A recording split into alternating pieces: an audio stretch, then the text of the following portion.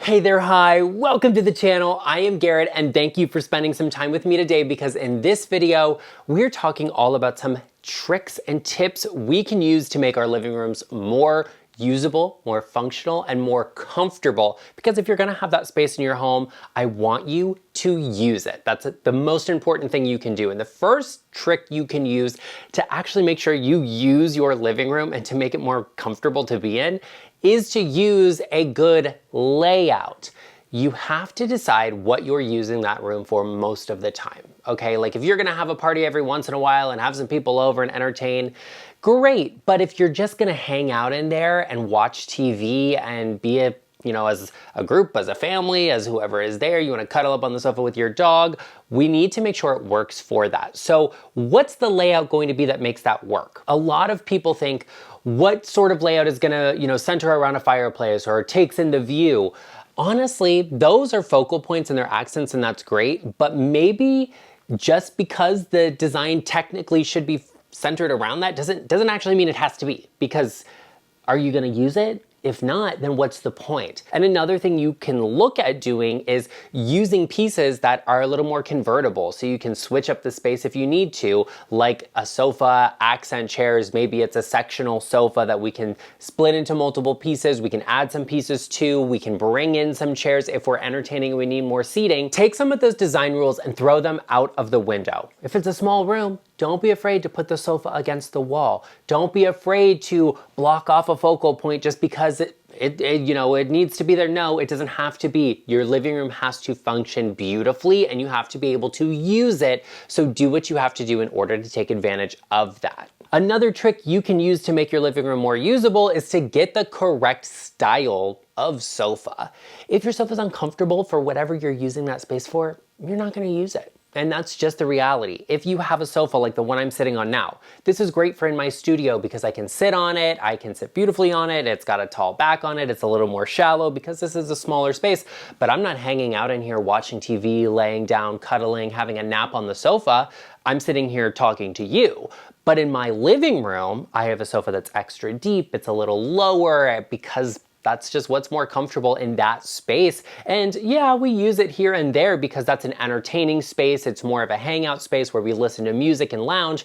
We would rather just cuddle in bed and watch a movie there, but that's beside the point. You have to make sure your space functions for how you're going to use it, and the sofa style is going to get you there. I love extra deep sofas, extra wide sofas. I'm not the biggest fan of a modular sofa if it does not have clips that link it together. Like each of the pieces have to be clipped together, otherwise they spread apart and that's just horrible. So don't go for that. Get something that's gonna be easy to use and comfortable and you're not gonna have to fix 24/7. I also am not the biggest fan of an all down-filled sofa because they tend to just look a mess all of the time. So that's something else I don't want. What might make your space more functional is a sectional sofa that has two extensions on it, or an L-shaped sofa, because maybe there's two spots for two people to lay on that sofa and everybody can have a spot and that's really comfortable. Get a sofa that actually functions for your space, even if that means you want a recliner. Okay, you can get a reclining sofa. They're beautiful, the headrests fold back, they're available pretty much from every major retailer, and it's really elevated. It gets you the function, but it also gets you the form. It gets you the look, it gets you the aesthetic, and it's an uncompromising form of design. That's something really great too. Don't be afraid to add in an accent chair that is a recliner, or like a stressless style recliner, an Eames chair. Those are really good examples as well. There's all sorts of furniture pieces you can bring into your space that will make it more functional. And that's a great thing to get some feedback from a designer on, because sometimes we may have an outside perspective that will really benefit you and help your space. An example is, I had a client who had a really difficult living room, and you know what? The answer was a curved sofa, something that would fit the space nicely but allow walkability and movement with accent chairs. It was something she didn't think about, but I could recommend to her. So be sure you're thinking about it. You can work with a designer like me by using the link in my description box down below, or by going to intro.co/GarrettLeChic. Something else that will make your living room more usable, and I recommend to a lot of my clients, and people would probably not expect as an interior designer, I recommend, but hey, you know what, I want you using every space in your home, so I'm gonna do what I have to do, is getting a bigger TV. I don't like little TVs, okay? Like, I'm a real person, I watch TV, okay? Like, I might stay up till 3 a.m. watching my favorite Netflix show. It's a problem, but I might do it. I need a big TV and I like to see what's going on. So I often recommend getting a larger television in a living room. Is it the most attractive thing in the world? No, it's a TV, okay? But you're not fooling anybody. You're not hiding it from anybody. We know what you're doing in your living room, so it's okay. All right, you have my stamp of approval on that. Let's just make sure we're decorating around it correctly. I always want to have a larger piece of furniture under a television, and that's what is really going to balance the scale of that and allow you to have a large TV without it looking crazy. So balancing that out by having a larger piece, the minimum dimension you want is probably like 1.5 the length of the television. So measure your TV and then find something that's 1.5 times the length of that for the furniture piece underneath. And if you're working on a budget, you can actually get 2 of the same furniture pieces. As long as they've got a nice clean square edge, you can put them together side by side and nobody really can tell the difference, and it looks great too. Gets you that look for less, and I love that. You can also flank a television with sconces or lamps. We're gonna get into lighting a little bit more, but there's plenty of things you can do. I also love a frame TV that, you know, has a decorative frame around it. You don't have to go for the frame TV, although I do recommend it, and I recommend you buy it from my Amazon storefront linked in the description box down below, but that's beside the point. Also, make sure it's hung at the correct height. If you're sitting on your sofa, like, grab your tape measure, sit down on your sofa, put it on the floor and hold it like, where is the perfect place aligned with my eyes? That's where the TV goes. It's lower than you think it is, but having your television hung at the correct height will make your space way more usable, way more comfortable, and it'll probably end up looking a little bit better. So make sure you're using that tip. Something else that will make your living room more usable is by not having too much or too little. So many of the clients that come to me either have very cluttered and full spaces and we have to pare back on, or they don't have anything, okay? They might have like a sofa and a rug and they're like, what do I do to make this beautiful? And it's like, get some furniture, okay? Like, it'd be nice to have some stuff in here. So you wanna make sure you have a balance there between it being busy and it being empty, okay? Like, there's a fine line. I don't want you to have too much stuff because then it's overwhelming and like we're going all over the place. It's hard to focus in and talk to somebody unless you're going for like maximalism, for example, because maximalism, basically you have so much stuff everywhere intentionally that we then can look past it all and see, the bigger picture. We can focus in on what's actually happening in the space or what we're doing there. But if you're a minimalist, we need to make sure you're not overly minimalistic and we actually have enough furniture where we can enjoy and use that space. Every living room should have a sofa of some sort, of course, in accordance with the usage of that space. Like I said, if it's a more formal space and you want a prettier kind of like sitting style sofa, that's fine, or something that's a little bit deeper and more comfortable, okay. We should have a coffee table of some sort, be it a coffee table, an ottoman, or something like that. Maybe it's just a bench, okay, in that space. And that's just to kind of fill in the middle area. And it depends on the style of sofa you have. If you have a sectional, I always say go for a round table. If you have to walk through the middle of that living room, a round table or an oval table is great. If you have something that's more of that classic linear style sofa, you can get a square table or a rectangular table, that's fine as well. And then we can flank that with chairs. 1 chair, 2 chairs, 1 chair for a sectional, 2 chairs for a sofa, great.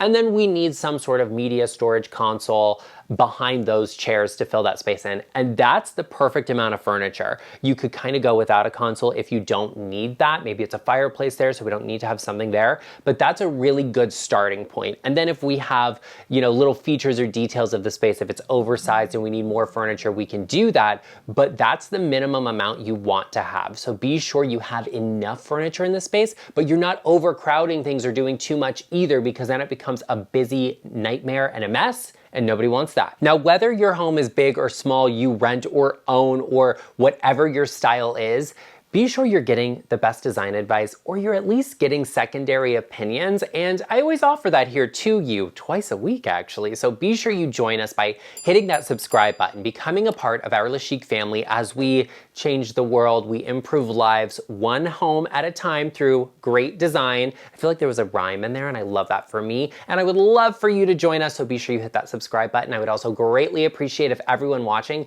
could give this video a like and hit that button and give this video some hype to get it shared out there across the platform. Another way to make your living room more usable is something that is like a nightmare to all of us, and that is glare. Reducing glare and using good lighting principles to do that. And there's a couple of ways we can do this. Now, glare would mostly be on a TV, for example. Like, yeah, I know there's a little bit on this photo behind me, but that's beside the point.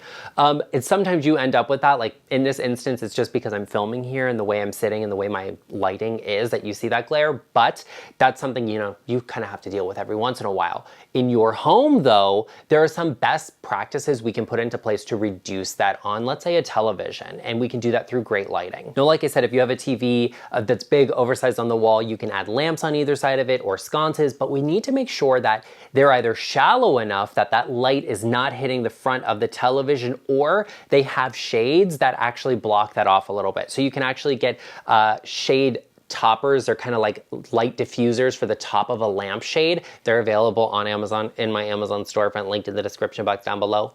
But those are really good things to stop some of that glare hitting the TV screen. You can also use lighting around your space. I love lighting, I love lamps, and so I'm gonna put one in every corner on every surface I can, but those lights need to be diffused lighting. And that just means it needs to have a shade, it needs to be projected onto the wall. It doesn't need to be something where I see the bulb. If we see the bulb, we're not gonna see anything that's on a reflective surface because it is going to be reflected back to us, and we don't want that. An overhead fixture in a living room that projects lighting onto the ceiling is another great way to do that. You won't get a lot of glare on a television screen if you have that.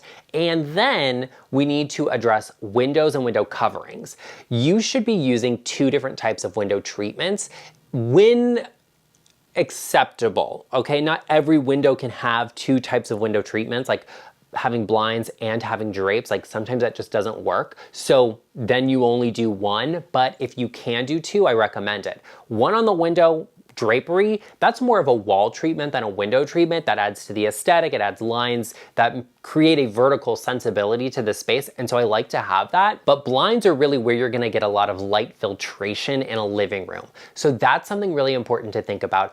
I personally like a solar blind, a honeycomb blind, and I'll put them into a window. I may do a Roman shade that's in a sheer material like a linen. Okay, that's gonna filter a lot of light, so the space is not dark, it's not blacked out, but we reduce a lot of the glare you could potentially get. Also, it's nice for entertaining because I don't want to have to look into the sun when I'm in someone's living room. So having a little bit of light filtration, 10 out of 10. You can also add, you know, sometimes depending on your neighborhood, you might have an HOA that won't allow it, but you can add like a tint on your windows that will help prevent UV rays getting in and like bleaching your furniture, which is always something nice. But those light filtering drapes or blinds will also add that into the space, so that's something else worth thinking about. Another way to make your living room more usable, and this is like a 10 out of 10 and something everybody should be thinking about, okay? It's not style specific, everyone needs this, is to match your furniture to your lifestyle. And that can mean a lot of different things. You know, obviously the style of,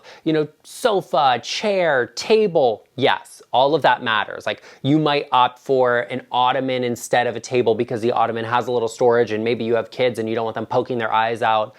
Because, you know, I mean, the cost of eye patches nowadays is skyrocketing. I don't know what to tell you about that, but that's something that you probably don't want. So you would opt for an ottoman instead. For me, in my home, my number one problem in my life is dog hair.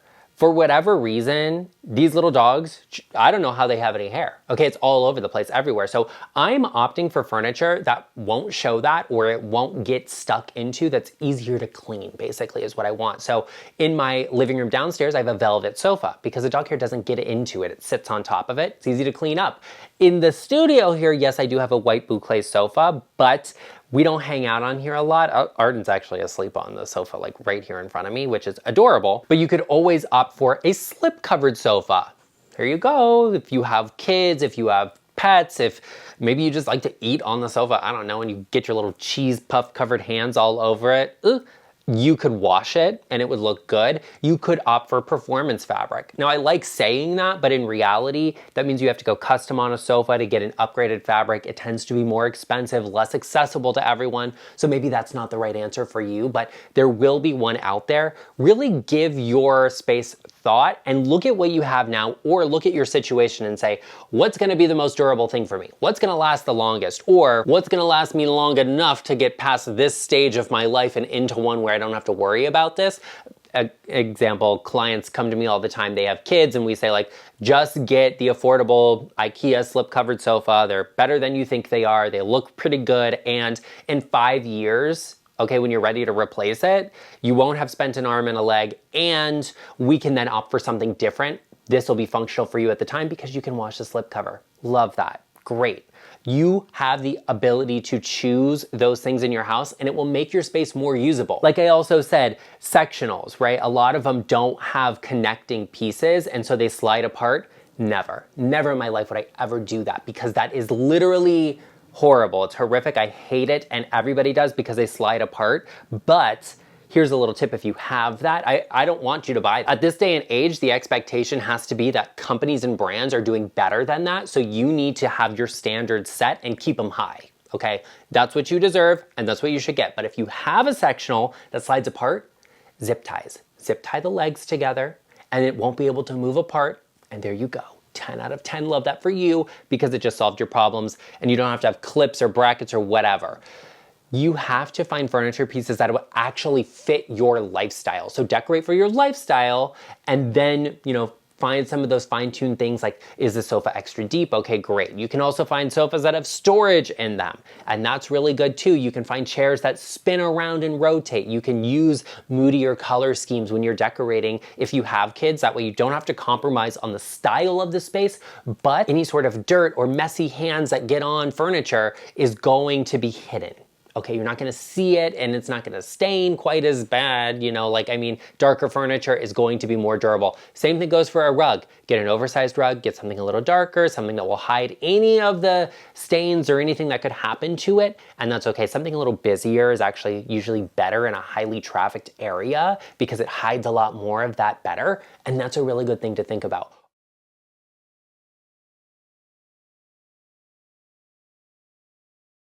Hey there, hi, welcome to the channel. I am Garrett, and I know we've all been there where you've walked into your living room and you're just like, no, I don't like it. I'm overwhelmed. I'm tired of it. I want to change. I don't know what is going on or what to do. In my experience from working with clients, these are some of the top reasons they don't like their living rooms and how you can fix it so that you love the place you're in. Grab your coffee and let's get into it. Now, one of the first reasons my clients just feel overwhelmed and they don't love their living room, and me too, sometimes it happens. I mean, not right now. I'm at a pretty good place, I feel like. I'm currently at that delusional stage where I walk in and I'm like, oh, so gorgeous. But sometimes you just think like, nothing matches in here. Like nothing matches, nothing makes sense. It's all just stuff I've had forever. Or I'll have clients that they've inherited things, or they've just collected things, or they said, we just put it in here so we could live in the house, but like now we're ready to decorate. When nothing in your space matches or it doesn't feel like it, you usually don't love it. All right, especially if you're not committed or attached to a lot of the things. So focusing in on what are the core elements, like what are the big pieces in a room that I can then pull inspiration from, or the colors I want to work with, allows you to make a cohesive color scheme. So like when I'm looking at a space and I'm kind of coming up with ideas or figuring out what I like, I will pull color swatches. Like, I have a lot of samples on hand, like whether it's paint samples or fabric samples, but I'll collect them up and put them together as close as I can to the things I have or the colors already in that space. And then I start layering other tones or patterns with it to see what I like. And you can do this in, if you have those samples on hand. You can also do this digitally. Take pictures of the things you have, look for other items. You can then compile them together to create something that's personal or really works for the space so that you get a good understanding of what's there. There's also a lot that's happening with AI right now where you can kind of generate a photorealistic view of a space with all of these items in there to decide whether or not something looks busy, cluttered, or makes sense. Now, another reason a lot of people just don't love their living rooms is that they feel so full. They feel so cluttered. There's like a lot of stuff happening and it's like everything is covered.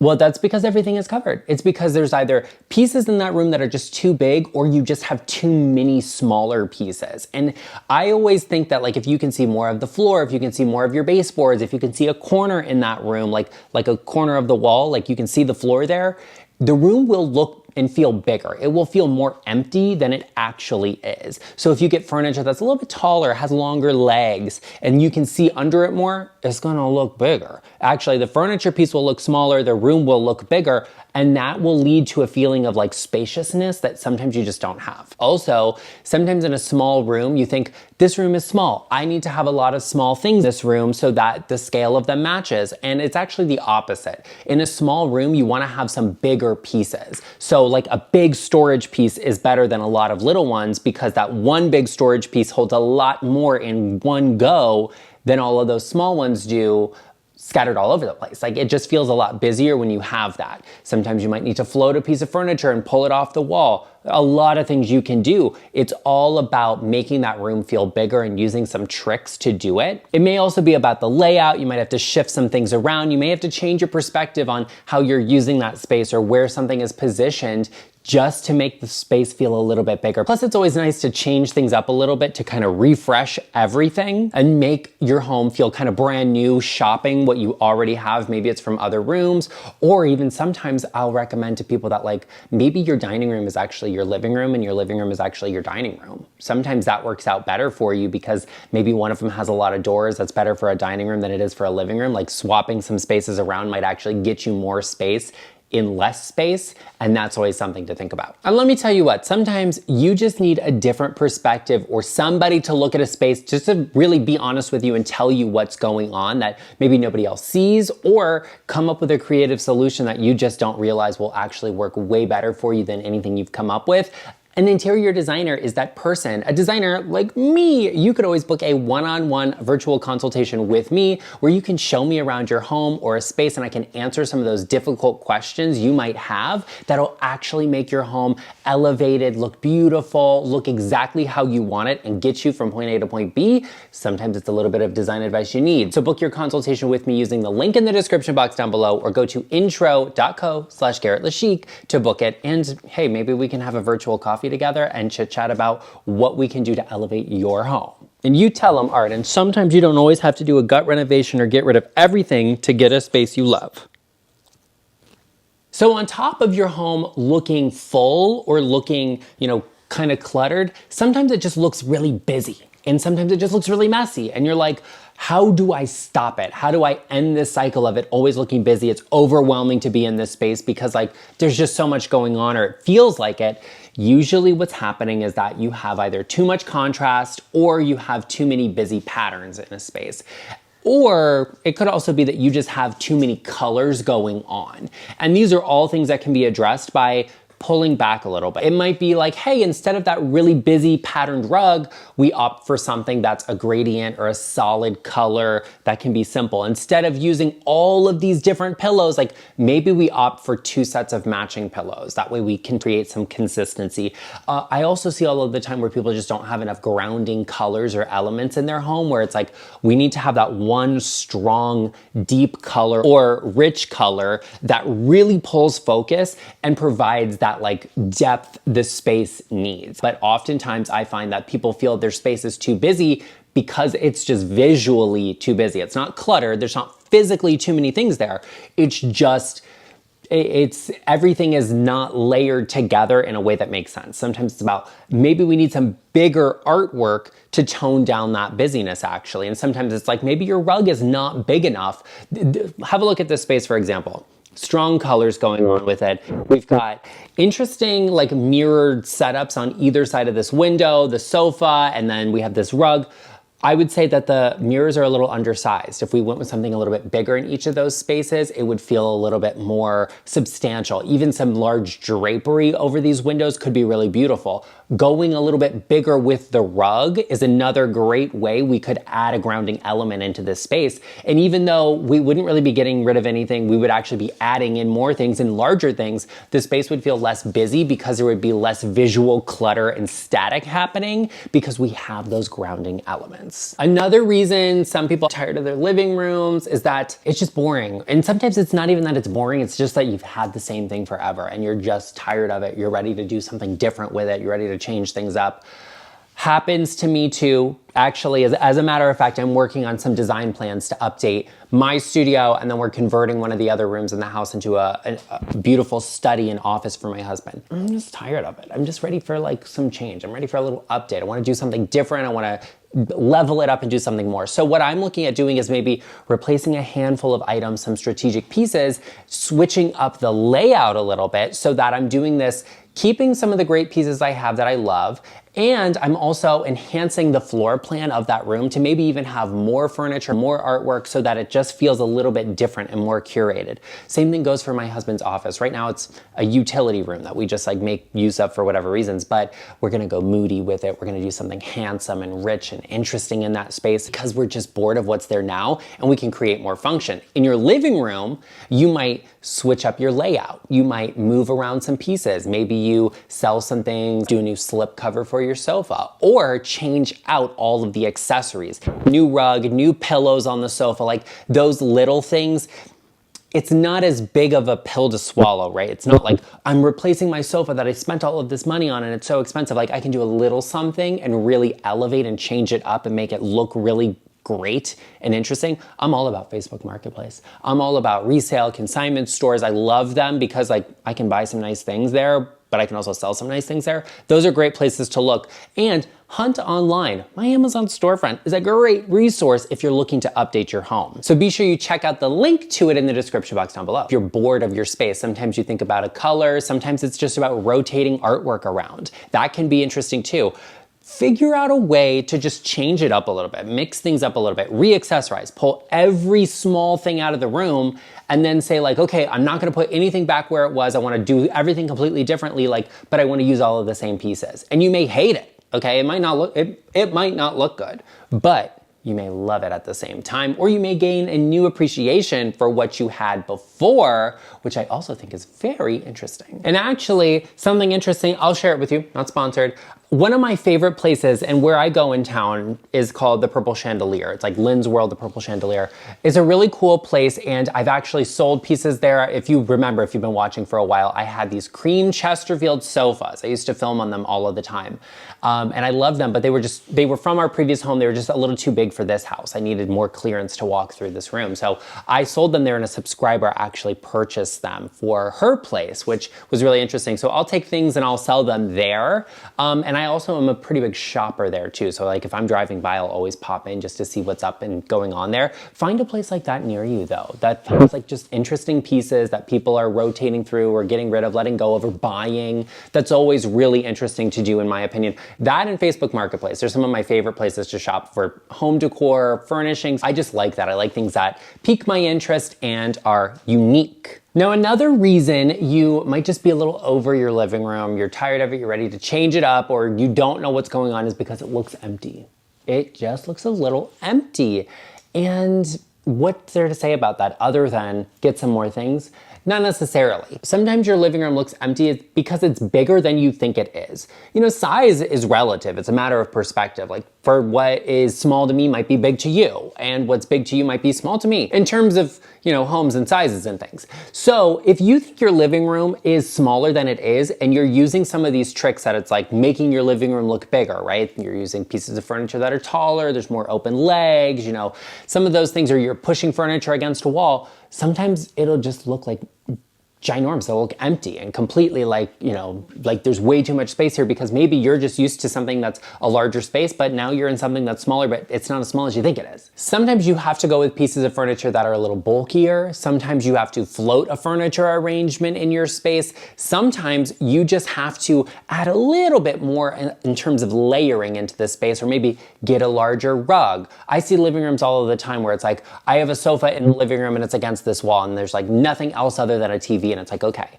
we need a rug, we need a coffee table, we need accent chairs. The coffee table, the accent chairs are floating in the room, the TV's over there, we have a 3-foot walkway here, and like, boom, the living room is no longer empty, it's nice and full, and it looks like, you know, we really planned this out. Sometimes it's like, we just need some potted plants in a corner, or I love to do this thing where I use these like small accent chairs, almost like tables or like artwork or sculpture, kind of like to flank a table to make it look bigger, or to put in a random corner to kind of fill it up a little bit. Like I'm doing an interesting thing behind me where I have this big piece of furniture here, this like console table that everybody loves to comment on.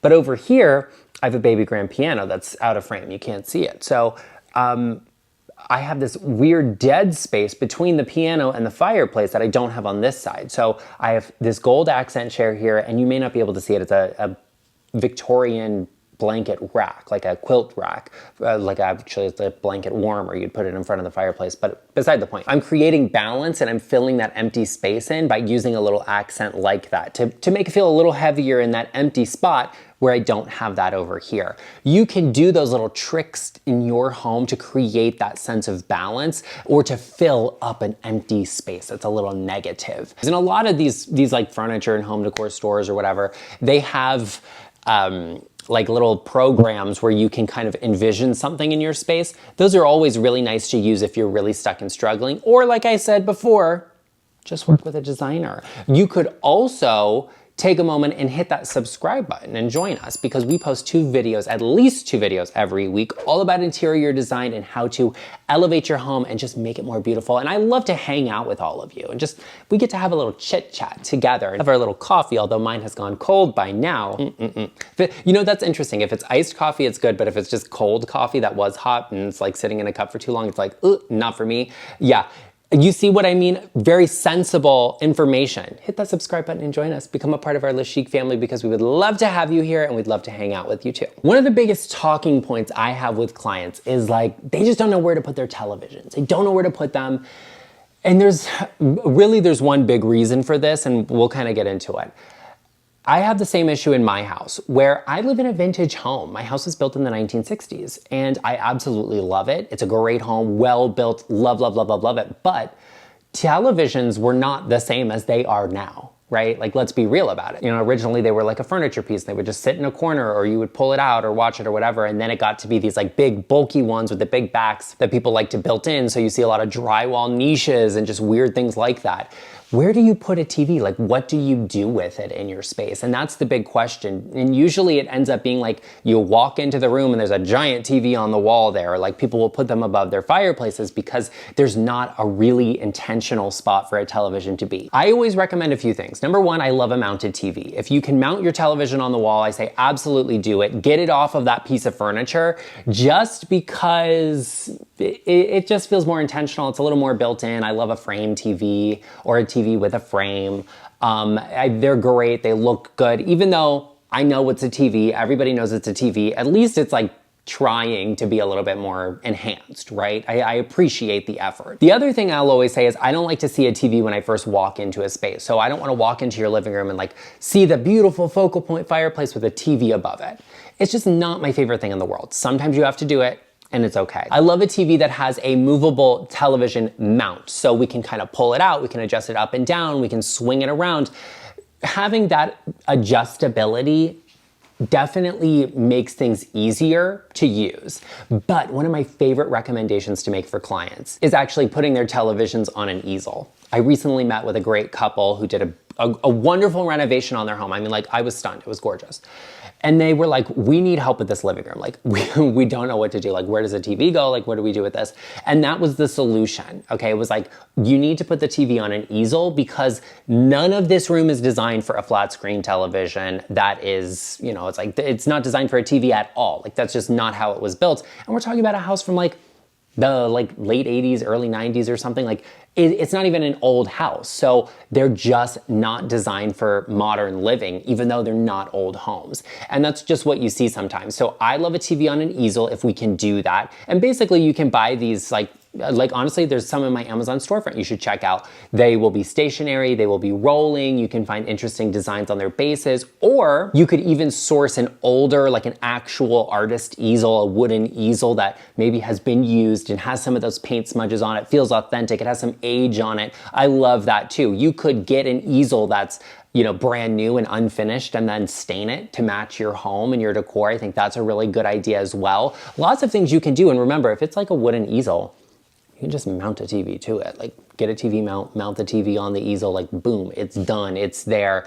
And you can kind of wheel it around and move it in and out of the place. You can have it at an angle in a corner, you can put it in front of a window, but still have it be movable. You can take it out of that room when you're entertaining or move it into the room when you're entertaining. If you're doing like a sports night or a movie night or something, that's all really good. One of the biggest struggles everyone has with their living room is the layout. Now, I am naturally a gifted person with layouts. Like, I look at a room, I can see what the layout is supposed to be, what it was designed for, what it should be, and how to get creative with it. I had one client who they had a doorway added into their living room, and I was immediately like, that doorway was not originally there. And they were like, no, it wasn't. And I was like, yeah, so like, let's put like a pony wall there so we can put a sofa behind it so you can actually have something that fits there. And those are some of the creative solutions you need. Check out my living room layouts video where I go in depth and I create some living room layouts to show you what some of the best, most popular ones out there are for some inspiration. You don't have to follow this exactly. You can get a little creative in your home, okay, to figure out what's gonna work best for you. But just remember, you want the living room layout to be open when you first enter that space so you feel like you can access it easily and it's inviting, but you also want it to be centralized around something. Whether it's an accent point like a fireplace or something like a television, your living room layout matters. So be sure.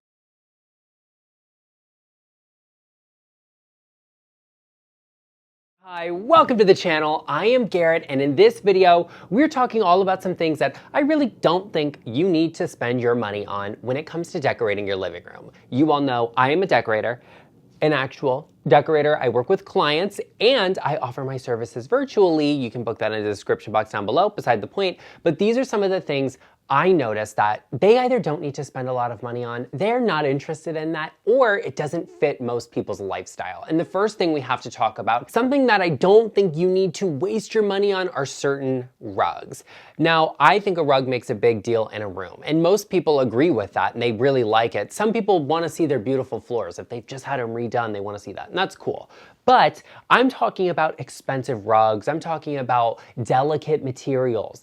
My clients are just not interested in it. And honestly not. I can't tell you someone in the last 2 months that has actually said to me like, I want to get a really expensive rug. Most people are satisfied with something that has durability that fits their needs, but doesn't have a massive cost associated with it. And honestly, I'm not mad at a washable rug. I think as long as it looks good, it fits the space, and it's the correct size, it makes sense. And that's the big thing. The size of the rug kind of has a relationship to the price of it, right? I mean, the bigger rug, the more expensive it is. And living rooms tend to need really big rugs to fit them. So, those rugs are already expensive, even something that's more affordable. And my clients just don't feel the need to spend thousands of dollars on a rug. And that's okay. Instead of putting a lot of money into a rug, I think those extra funds are better used on a great sofa. That's the hero piece of the living room. You're sitting on it, it has to be comfortable, it has to look good, the fabric on it has to be nice, the spring system has to be good quality, and I think that's a nice place to put a little bit of extra money into. And I think you have to look at your budget to determine what can you get, what can you access, and what level of design are you interested in. This picture you're looking at right now, yeah, it looks beautiful. That's an IKEA sofa. That can be great too, and you have to really be creative about what's going to work in your home. Maybe you want that designer name brand, and that's really good, but also, I mean, hey, an IKEA sofa, the covers come off and you can wash them, and I like that. So really think on what is gonna make the most sense durability-wise. Some people are looking to up the ante and do really high-end luxury, and other people are like, you know what, Garrett? I'm looking to decorate it once and I'm gonna live here and that's gonna be it. So we need quality and durability first and foremost. And I have always got that for you, which is why if you are stuck, you're stumbling on a design question you just don't know the answer to, I am at your service. You can always book a one-on-one virtual design consultation with me. We will do a FaceTime-like call. You can show me around your home and I can answer any and all of your design and decorating questions. Be sure you check it out in the description box down below or go to intro.co/GarrettLeChic. I work with people all of the time who are working on tight budgets. They have smaller homes, and I work with clients who are doing ultra luxury high-end design. I cover a broad range of things, and one of the areas I noticed that a lot of my clients actually I really see it almost everywhere, is that people always have throw blankets in their home, especially in their living room, to protect their furniture and their sofas.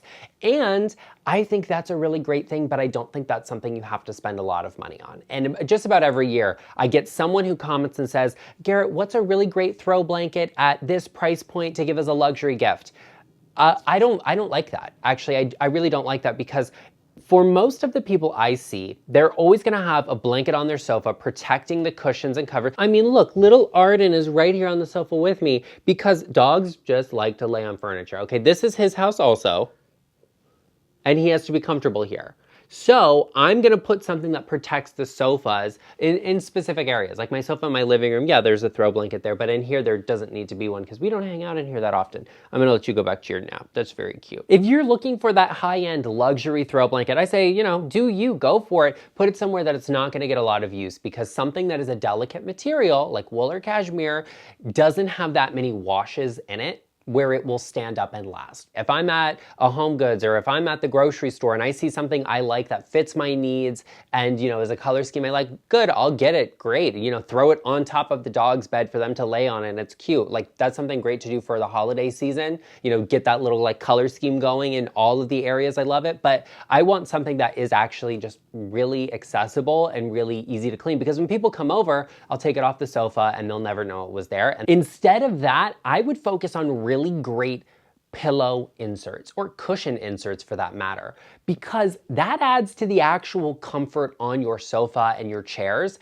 Having really good throw pillows makes a difference. And it's not just about the covering on them, it's about the insert within them. I'm looking for things that are soft, that are plush. I don't really like that, you know, polyester fill insert that, you know, it gets hard and gets lumpy. If you don't want down, get in a nice down alternative. They're easily accessible. Actually, I have them in my Amazon storefront. And you can check that out in the description box down below, but it's all about comfort. Getting a really expensive throw blanket is nice, but that doesn't mean it's adding comfort into your home in the way you want. But a nice pillow insert will actually do that for you, and it makes your space look more expensive when your pillows are nicely fluffed and they look full, and when someone relaxes on them and they sit on them and, oh, it's so, you know, like, I mean, it's just so high-end. It's so beautiful. No matter your style, really great pillow inserts make a difference. Another area I don't recommend people spend a lot of money is on decor. And, you know, take that with a grain of salt, because you know, people have expensive decor, and that's because a lot of people decorate with their collections. I definitely do that. You know, I collect Wedgwood, I collect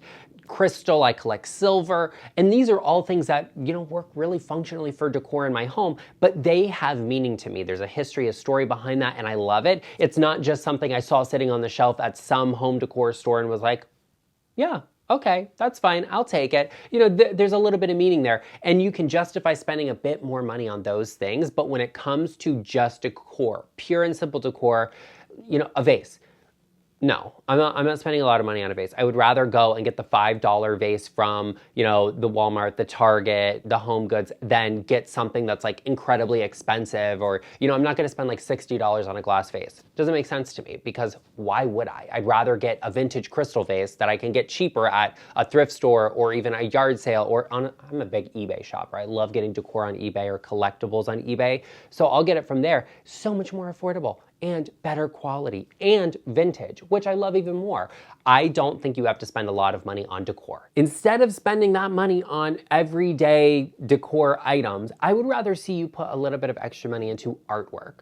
Art is so amazing to me. I love great artwork, and getting the correct piece that's the right size, getting it framed in your space is not inexpensive. Even if it's an affordable piece of artwork, it's not cheap. So I think treating yourself, splurging on some really good artwork, makes a bigger impact than an expensive glass vase on the table. Because glass is glass, whether you paid a lot for it or not, it's glass. Okay, at the end of the day, let's be real. But artwork makes a difference, and you can get artwork from a number of places. It doesn't actually have to be expensive. You can go to yard sales and thrift stores and get artwork that's really good. You can get artwork on eBay, on Etsy that's vintage or handmade by an artist. Fine Art America. Okay, I actually had a subscriber who sells her artwork there and was like, Garrett, check out this site because it's amazing. Not sponsored, should be. But that's a really great place to get artwork from actual artists, small artists who have yet to be discovered. It's really great and affordable. You can get art prints and all sorts of stuff.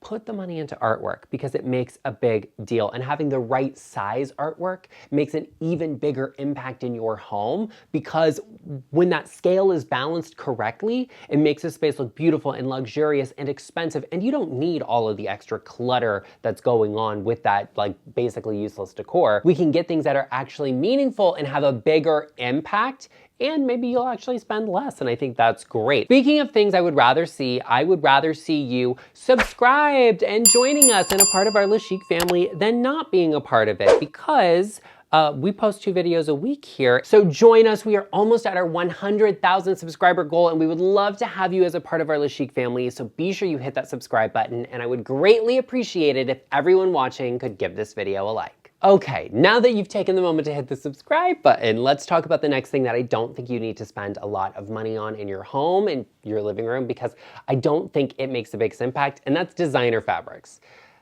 Which maybe I will get some hate on, but here's the thing. I don't think there's anything wrong with getting a nice designer fabric, a high-end fabric, a specific print. I mean, I love them. I have them. I mean, I have a Kelly Wearstler fabric on this pillow right here. And a big shout out to Kelly Wearstler, who designed that fabric and who I also love. But I don't think having designer fabrics is what you need in the average home. I don't think that's the biggest thing you have to have going on, because if you do drapery that's designer fabric, thousands of dollars, and I don't think that's the best place to put that money. I would rather see it spent in another way that's more impactful and more meaningful. Now, if you have that, or you're really passionate about a certain designer fabric or a print, a pattern you've seen, then I say do it, okay? It's not gonna hurt you, but you know, I don't think if you're starting from scratch or if you're looking to elevate your home, that's the place you have to put all of your money in, because it would take a big part of a budget. I think you should put that money into lighting. Great light fixtures. I love lighting. I love layered lighting. It makes spaces more comfortable, easier to be in, and more lighting always feels more luxurious. That's how you make your house look expensive, okay? You just add a ton of lighting. Get lamps, floor lamps, reading lights, task lights, overhead lights, sconces on the wall. I would rather spend the money on having an electrician wire in a sconce than I would on designer fabrics for drapes. I think it's a better place, because sconces can be really impactful in an average home, really up the ante with scale, grandeur, and aesthetics. Okay, so I think that's a better place to put that budget. Get great lamps, get a great overhead light fixture, something interesting, something sculptural, something that fits the style of your home. If you have a really traditional home, hey, get an antique chandelier, have it professionally rewired, and that's beautiful. That's where I would be looking first and foremost to make a big impact, is through light fixtures. I also think that's great for renters. If you're renting a home, do not have custom-made drapes for that home that are ultra luxurious and super expensive. No, you can get some great cushion covers off of Amazon that feel nice, that have a great luxurious texture and feeling to them. And you can swap out your landlord's light fixtures, get approval, have it done by an electrician. That's a better way to infuse personality into a space where maybe you're not painting the walls and adding trim and molding and painting the ceilings and, you know, redoing the floors. Like, you can add really good lighting, and that makes a lot of personality in your home. So before I put a bunch of money into designer fabrics, I would put it into really good lighting, because I think that makes the space look luxurious. Even if everything you get is from Amazon or from IKEA, okay? It could all be basics and solids. It can look beautiful with good lighting. I think that makes a bigger impact than a designer fabric. Now, I want you to remember this when it comes to decorating your home, that not everything is a this or that or a high or a low. Sometimes you have to be the judge of character and decide what you want to do design-wise, okay? So when it comes to something like, you know, your sofa, you can go something really basic, something simple. I would go for something that has a simple shape but a better spring system. And when it comes to a coffee table, I want functionality. And when it comes to an accent chair, that's a good place to put a little bit of extra money for something that's designed aesthetically, but you may have to choose. And when it comes to an accent chair versus a coffee table, you cannot do both of those as something that is really, you know, incredibly designed and an accent moment, that statement moment. The two of them will compete. So choose one or the other.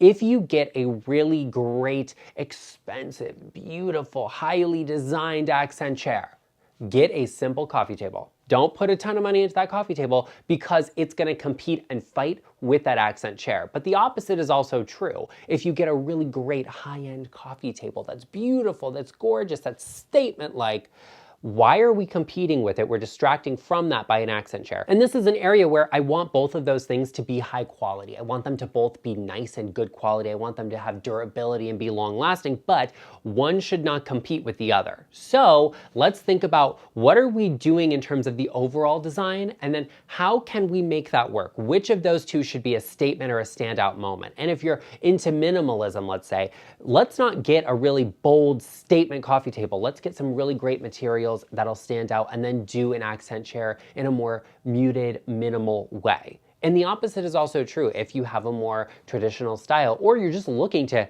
spice things up a little bit, do something a little interesting, get a statement chair. You can get something sculptural, something interesting, something with, cool shape or form. Let's look for a coffee table that is more functional over decorative. Something that's simple and minimal, that's understated, is really great because it's not going to compete with everything else you have going on. But if you don't have enough going on, maybe that's a place to put a little bit of that design into. And I think that's what makes spending money on something worthwhile, is how much is it going to stand out? What is it going to do impactfully in the space? How is it going to enhance the design? So choose one or the other. If you go for a bold accent chair, go for a simple coffee table. And if you go for a bold coffee table, let's make the accent chair simple so we can actually see it and it stands out. Well, there you have it, everyone. I hope you enjoyed this video. And now that we've talked about things you don't need to spend your money on in the living room and where to save, let's talk about how to actually create that layout in the space. Check out this video right here all about fixing those awkward living room layouts, and I will see you over there.